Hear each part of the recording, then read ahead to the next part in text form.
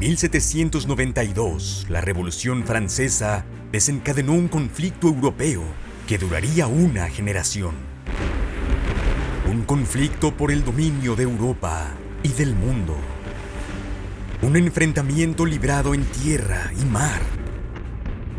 En esta guerra de alianzas cambiantes, la rivalidad más duradera fue la que enfrentó a Francia y Gran Bretaña. Gran Bretaña no podía desafiar a Francia en tierra, pero en el mar la situación era diferente. La Marina Real Británica dominaba tanto sobre las olas como Napoleón demostraría en tierra. Y en una época en la que Gran Bretaña contaba con muchos comandantes navales expertos, uno destacaría sobre el resto. Horatio Nelson. Audaz, inspirador y brillante, para los británicos se convertiría en héroe nacional y en leyenda. Estas son las historias de sus mayores batallas.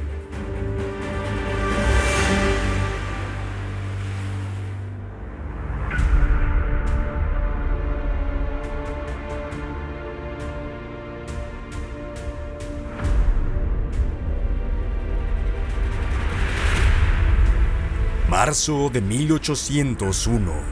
Una flota de batalla británica navega por el Mar del Norte.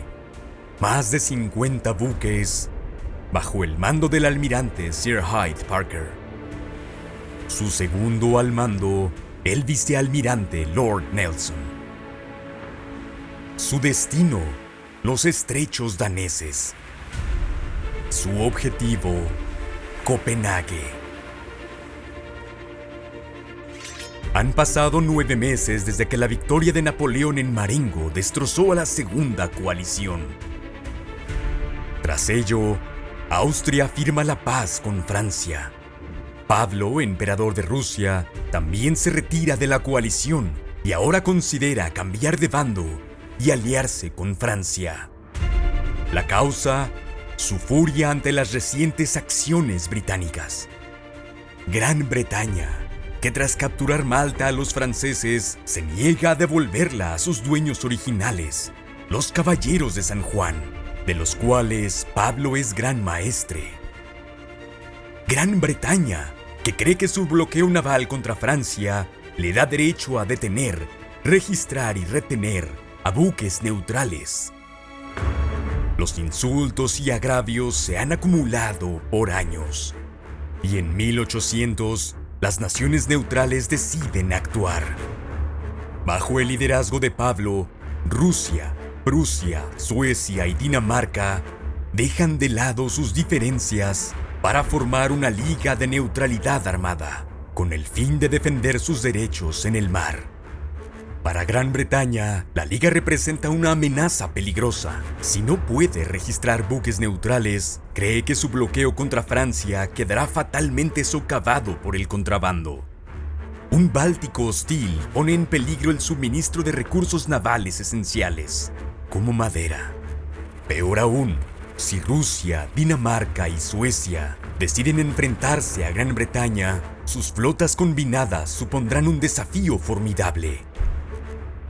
Gran Bretaña decide que debe golpear primero para desintegrar la liga y atacará primero a su miembro más débil y expuesto, Dinamarca. El almirante Sir Hyde Parker ha sido enviado a Copenhague con una poderosa flota y un ultimátum para los daneses: abandonar la liga y conceder a los británicos paso seguro o ser atacados. La Liga de Neutralidad Armada estaba destinada a garantizar la seguridad danesa, pero en su lugar la ha colocado en la línea de fuego de la marina más poderosa del mundo.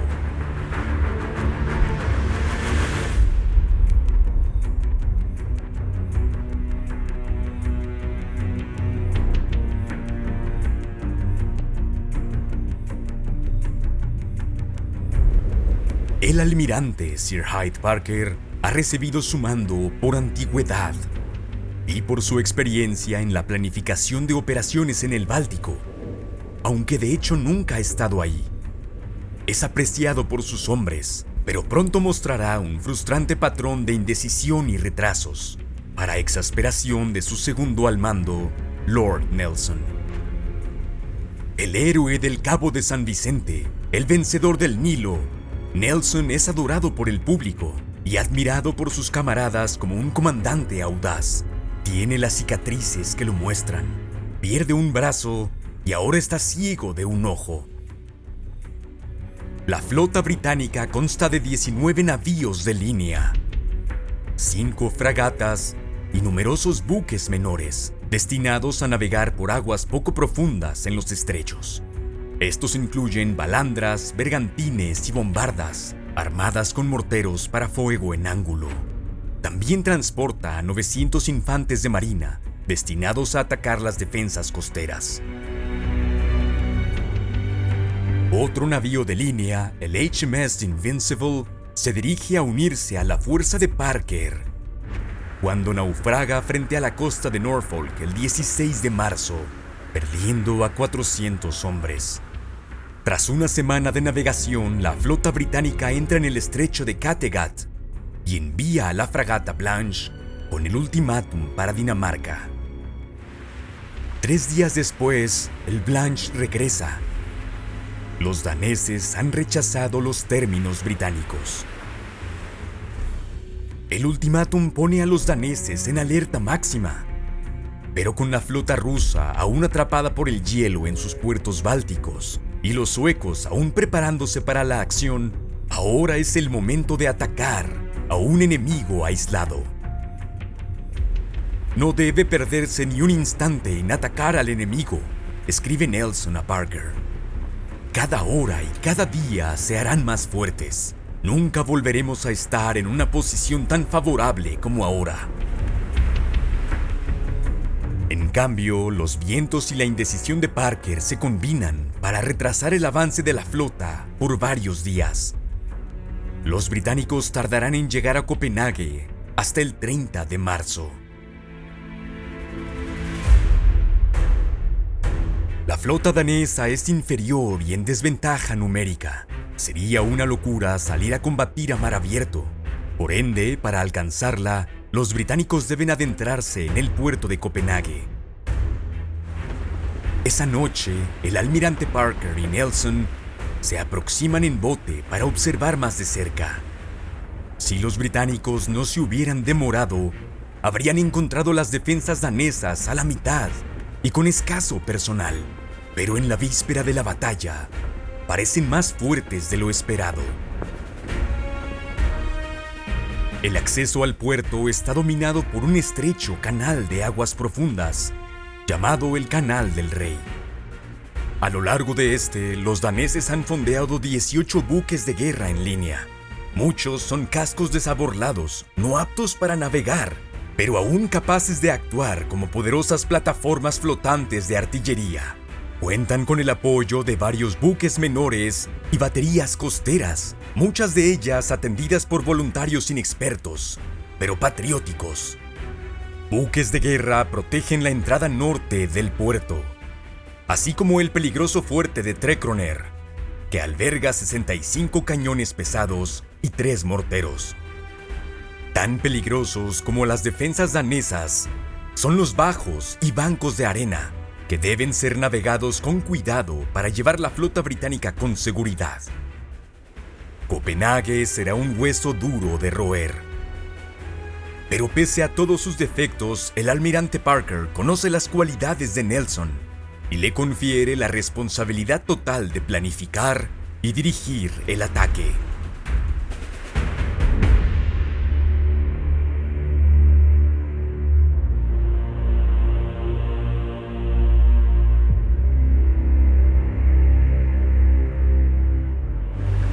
Para el ataque, Nelson le pide a Parker 10 navíos de línea, pero Parker le brinda 12.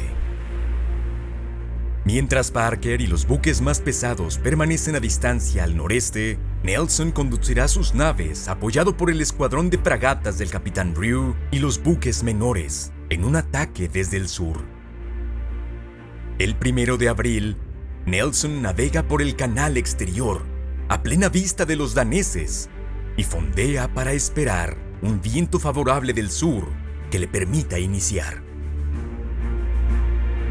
Esa tarde, Nelson invita a sus capitanes a cenar a bordo del HMS Elephant, donde juntos brindan por un viento favorable y por la victoria. Después pasa la noche redactando instrucciones precisas para cada capitán, especificando sus objetivos, mientras el capitán Hardy sale en bote para tomar sondajes de profundidad del canal, prácticamente frente al enemigo. En términos de potencia de fuego, la flota danesa completa sería un rival muy cercano para Nelson. Pero muchas de las tripulaciones danesas han sido reunidas a prisa, una mezcla de soldados, marineros y civiles, muchos de ellos con escaso entrenamiento o experiencia, mientras que el plan de Nelson permite concentrar su potencia de fuego únicamente contra una sección de la línea, la que defiende el Canal del Rey. A la mañana siguiente, Nelson obtiene el viento que necesita, y a las 9:30 de la mañana, la flota británica se pone en marcha, con el HMS Edgar al frente. Pero el desastre golpea de inmediato. El viejo buque de Nelson, el HMS Agamenón, no logra superar el banco de arena de Middle Ground y encalla. Es un comienzo ominoso para una operación tan arriesgada. Media hora después, el Edgar entra en alcance del Poesten, en el extremo sur de la línea danesa, y abre fuego.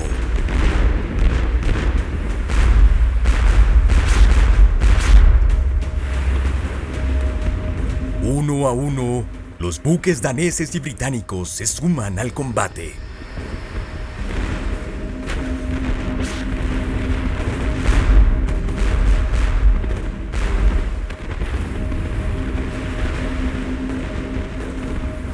Los buques británicos de vanguardia siguen las órdenes de Nelson al pie de la letra. A medida que cada navío alcanza su posición asignada, fondea y comienza a machacar sus objetivos a corta distancia. Los buques que vienen detrás pasan por fuera para alcanzar sus propias posiciones. El Clayton se enfrenta al buque insignia danés, el Dannebrog. El Ardent al Combo. El Edgar combate al Jylland y a las baterías flotantes de Nyborg y Rendsburg. El Isis contra el Wagram. Pero desde su buque insignia, Nelson ve como el Bellona se acerca demasiado a un banco de arena. Sus desesperadas señales no logran impedir que encalle. Nelson se asegura de evitar el error del Bellona y fondea al HMS Elephant en la posición que aquel debía ocupar. Desde allí, el Elephant se enfrenta a la batería flotante Granier y al transporte de caballos reconvertido Agasus. Para subrayar el peligro de los bancos, Nelson iza la señal 16, entablen combate más cercano. Con dos buques encallados, Nelson se ve obligado a improvisar y grita órdenes a cada navío que pasa, redirigiéndolos hacia nuevos objetivos. Pronto, el Ganges ataca el objetivo que estaba asignado al Elephant, el Shoeland. El Monarch se enfrenta al Charlotte Amelia y a la batería flotante Shohesten. El Defiance combate al Holstein.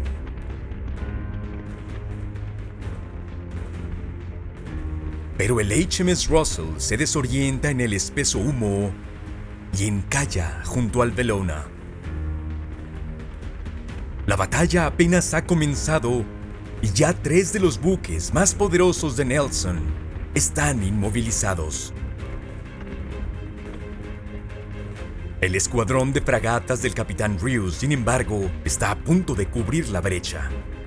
El HMS Desiree de 36 cañones toma posición para batir en enfilada a los buques daneses más al sur, mientras que el propio capitán Ryu, a bordo del HMS Amazon, conduce al resto del escuadrón de fragatas hacia la cabeza de la línea británica, para enfrentarse a las fuerzas danesas que aún no entran en combate y al fuerte Trekona. A las 11 de la mañana, todos los navíos de línea británicos están comprometidos y comienza un intenso duelo de artillería. Pese a la pérdida de 3 buques, la improvisación apresurada de Nelson le ha permitido concentrar sus fuerzas contra la mitad sur de la línea danesa. La artillería británica les da la ventaja, pero los daneses ofrecen una resistencia feroz.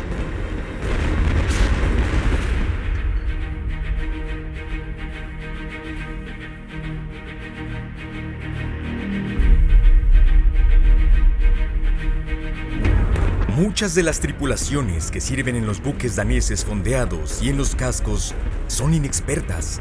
Algunos han llegado apenas horas antes de que comenzara el combate, pero su valentía en la batalla es reconocida por todos, incluso por el enemigo.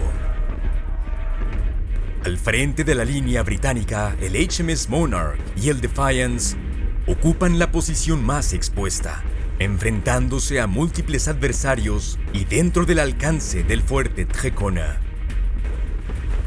El Monarch ya ha perdido a su capitán, James Moose, muerto por el impacto de una bala de cañón. Su buque sufrirá un 40% de bajas, con 56 muertos y 164 heridos. Pero las bien entrenadas dotaciones de artillería británicas también causan estragos. A las 11:15, la batería flotante Rendsburg se ve obligada a abandonar su posición y deriva hacia los bancos de arena. El buque insignia danés, el Dannebrog, ha sufrido graves daños por el fuego del Elephant y el Clayton. Cuando se declaran incendios a bordo, el comandante danés, el comodoro Fisher, traslada su mando a otro buque. Bajo un fuego incesante, el centro de la línea danesa comienza a ceder. La fragata Elven, muy castigada, deriva al norte en busca de seguridad. El Nürburg remolca a la Jesus fuera de la línea de fuego y ambos son varados deliberadamente antes de hundirse. Casi todos los 74 cañones del Schölen quedan en silencio y el buque hace agua. Deriva hacia el norte, pero fondea para no obstaculizar el fuego del fuerte de Trekona, para luego arriar su bandera.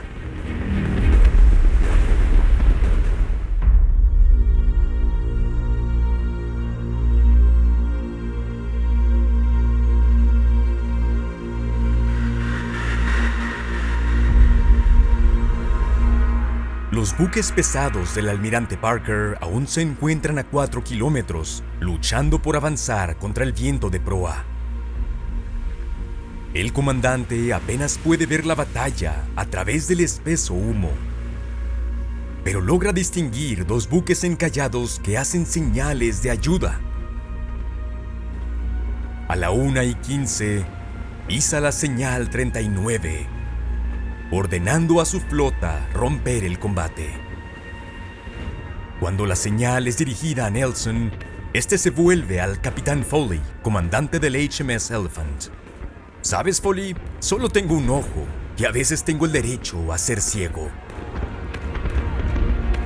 Luego, llevándose el catalejo a su ojo ciego, bromea. De verdad, no veo la señal.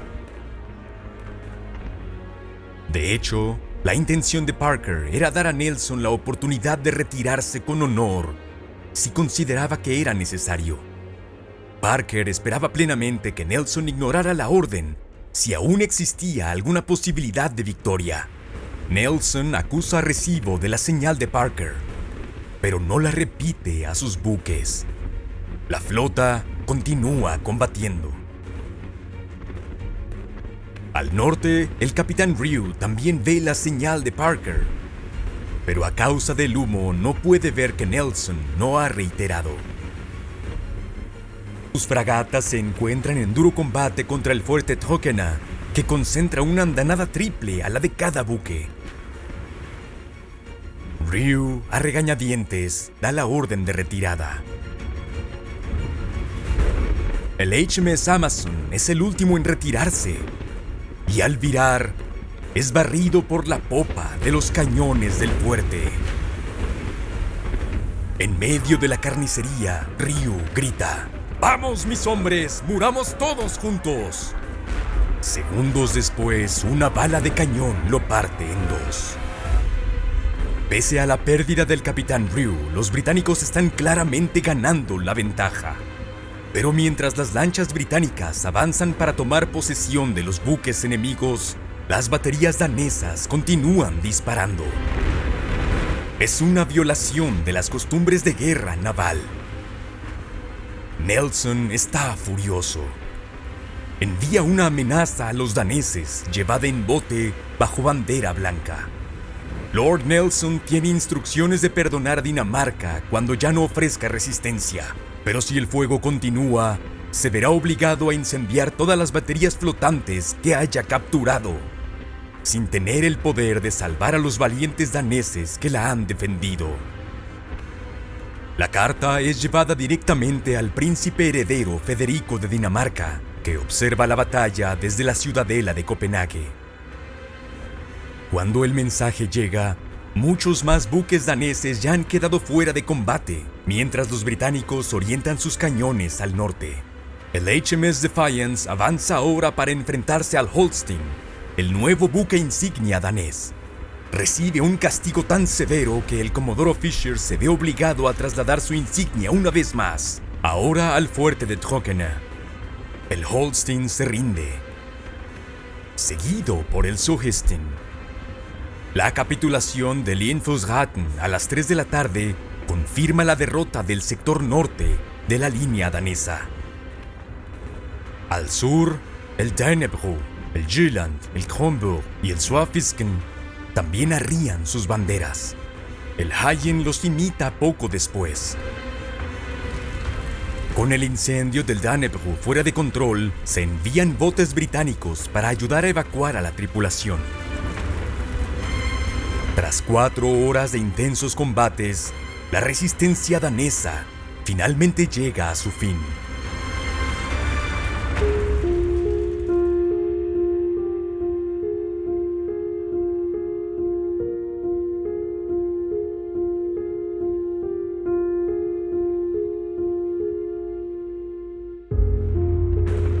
Poco después de las 3, tras un intercambio de mensajes, el príncipe heredero Federico de Dinamarca acepta el alto al fuego. Nelson comienza a retirar su maltrecha flota, pasando junto al inconquistado fuerte de Trockenö. Pero los buques británicos dañados tienen grandes dificultades para maniobrar. El Ganges y el Monarch colisionan y encallan.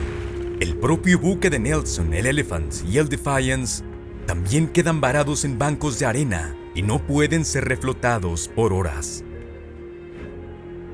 Estos percances muestran cuán fácilmente el ataque de Nelson podría haber salido mal, de no haber mediado una preparación minuciosa y pericia. A las 4:30, cuando los británicos se retiran, el fuego alcanza la Santa Bárbara del Dannebrog.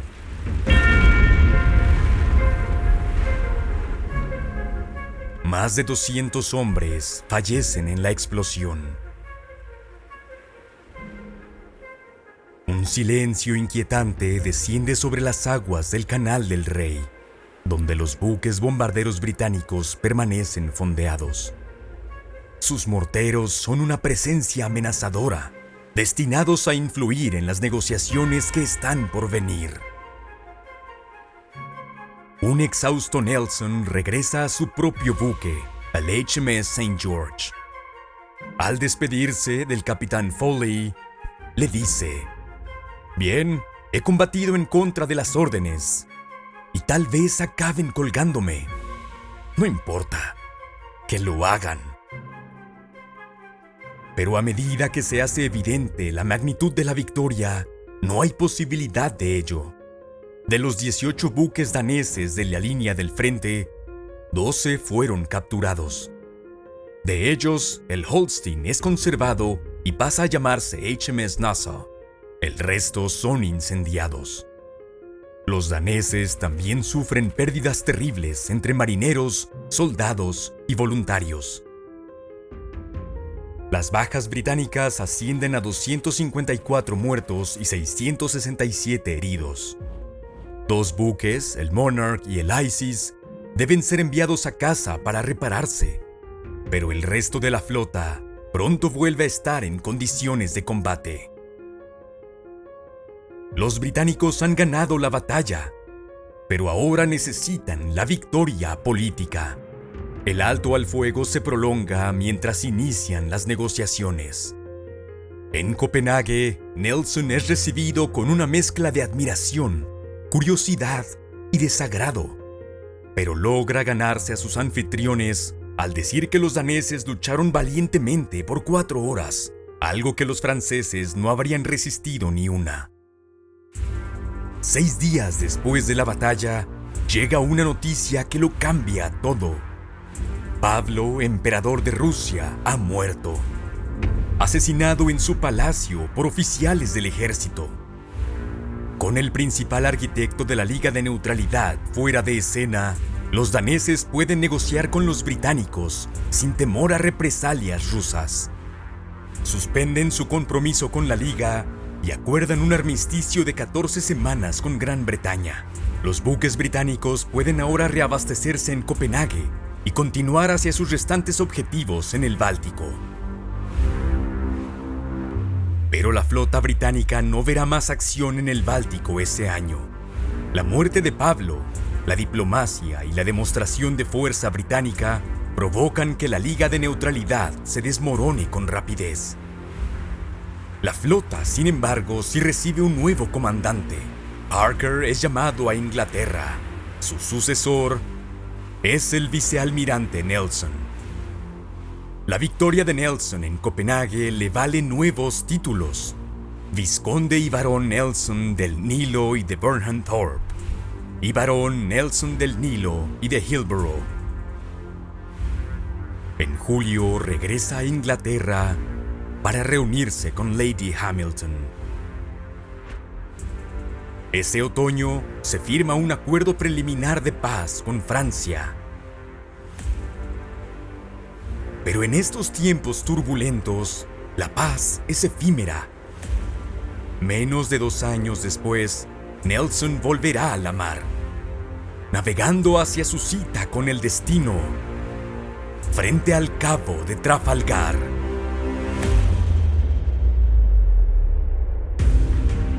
Si el video te gustó, no olvides compartirlo, darle like y suscribirte a Historia Épica. Un enorme agradecimiento a los patrocinadores de Patreon que hacen posible este canal, desde constructores como Andrew Rubble, The Tip of the Horn Dog y Javier Ciclican, hasta ciudadanos como Carson Smith, Mark Matangi y Arn Hansen. Tú también puedes apoyar al canal uniéndote a las filas de Pequeños Cabos, nuestros valiosos miembros de YouTube que obtienen acceso a insignias de fidelidad, emojis y descuentos en mercancías. Haz clic en el link de membresía en la página del canal.